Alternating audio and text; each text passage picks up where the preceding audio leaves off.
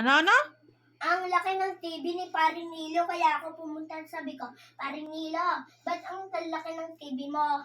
Oo, Wala daw silang TV.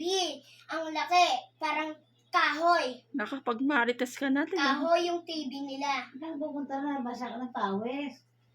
Parang Kaya nga ako pumupunta at tinitinan ko ang TV nila. Sobrang laki. Kasing malaki pa laki sa ng, inang mo? kasing laki ng TV ng inang ko. Napakalaki ah. Paano mata? Oh, Ganon? ang laki. Paano mo naging kumpare si Paring Nilo? Nagpakalbo siya. Ano pangalan ng asawa niya? Marimir. Pare at Mare? Opo. Ganyan talaga. Tinan mo. Yung isa naman, Sino ba yung kumpare mo doon? doon, Oo. sa bahay namin, Hindi, yung daddy ni Adi.